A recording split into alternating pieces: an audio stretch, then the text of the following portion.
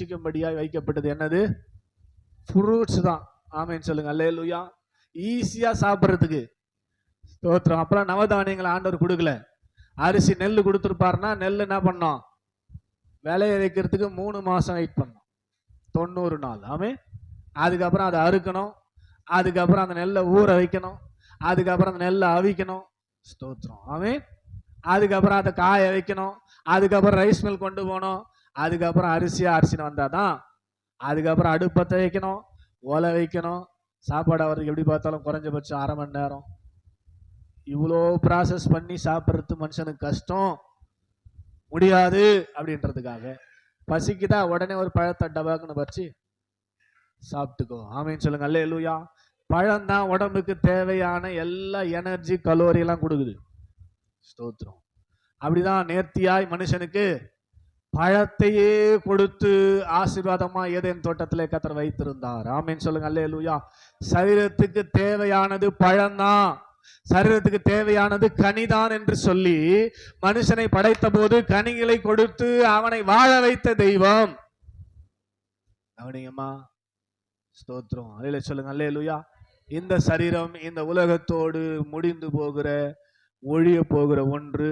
அதற்கு தேவையானது கனி ஆண்டவரால் கொடுக்கப்பட்டு வளர்க்கப்பட்டது. ஆமே. இந்த சரீரம் கூட வரப்போறது இல்ல. ஆமேன்னு சொல்லுங்க. அல்லேலூயா. ஆவி ஆத்துமா இப்பதான் முக்கியமான விஷயம். அல்லே சொல்லுங்க. அல்லேலூயா. இப்ப ஆத்துமாவுக்கு வேணும் ஸ்ட்ரென்த், சரீரத்துக்கு ஸ்ட்ரென்த் வேணும். அதுக்காக ஆண்டவர் கனியை கொடுத்தார். ஆத்துமாவுக்கு ஸ்ட்ரென்த் வேணும்னா அதுக்கு என்னதான் கொடுக்கணும்? கனியை தான் கொடுக்கணும். ஆமேன்னு சொல்லுங்க. அல்லேலூயா. சத்தமா சொல்லுங்க. அல்லேலூயா. சரீரத்துக்கே கனி கொடுத்தார் அழிஞ்சு போறதுக்கு. ஆத்துமா அழியாமல் இருக்கணும்னா அதுக்கு என்ன கொடுப்பார் ஆண்டவர்? கனி தானே கொடுப்பார், கனி தானே கொடுக்கணும். ஸ்தோத்திரம். ஆத்துமாவுக்கு போய் ஆப்பிள் கொடுக்க முடியாது. சரீரத்துக்கு ஆப்பிள் கொடுக்கலாம், ஆத்துமாவுக்கு என்ன கொடுக்க முடியாது? ஆப்பிள் கொடுக்க முடியாது. அப்ப என்ன கொடுக்க முடியும் அப்படின்னா ஆவியின் கனி. நல்லா கவனிங்க, நல்லா கவனிங்க, நல்லா கவனிங்க. தான் முக்கியமான பாயிண்ட்.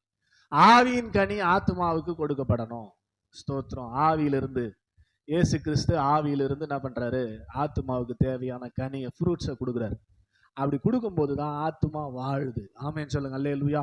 யுகாயுகமாய் வாழ்வதற்கு ஆத்துமாவுக்கு என்ன வேணும்? ஃபீடிங் வேணும், கனி வேணும், ஃப்ரூட்ஸ் வேணும். அது ஆவியிலிருந்து கொடுக்கப்படுகிறது. அதனால தான் அதுக்கு பேர் ஆவியின் கனி. கலாத்தியர் 5:22 சொல்லப்பட்டிருக்கிறது. ஆவியின் கனி என்னது? அன்பு, சந்தோஷம், சமாதானம், நீடிய பொறுமை, தயவு, நற்குணம், விசுவாசம், சாந்தம், இச்சை அடக்கம்.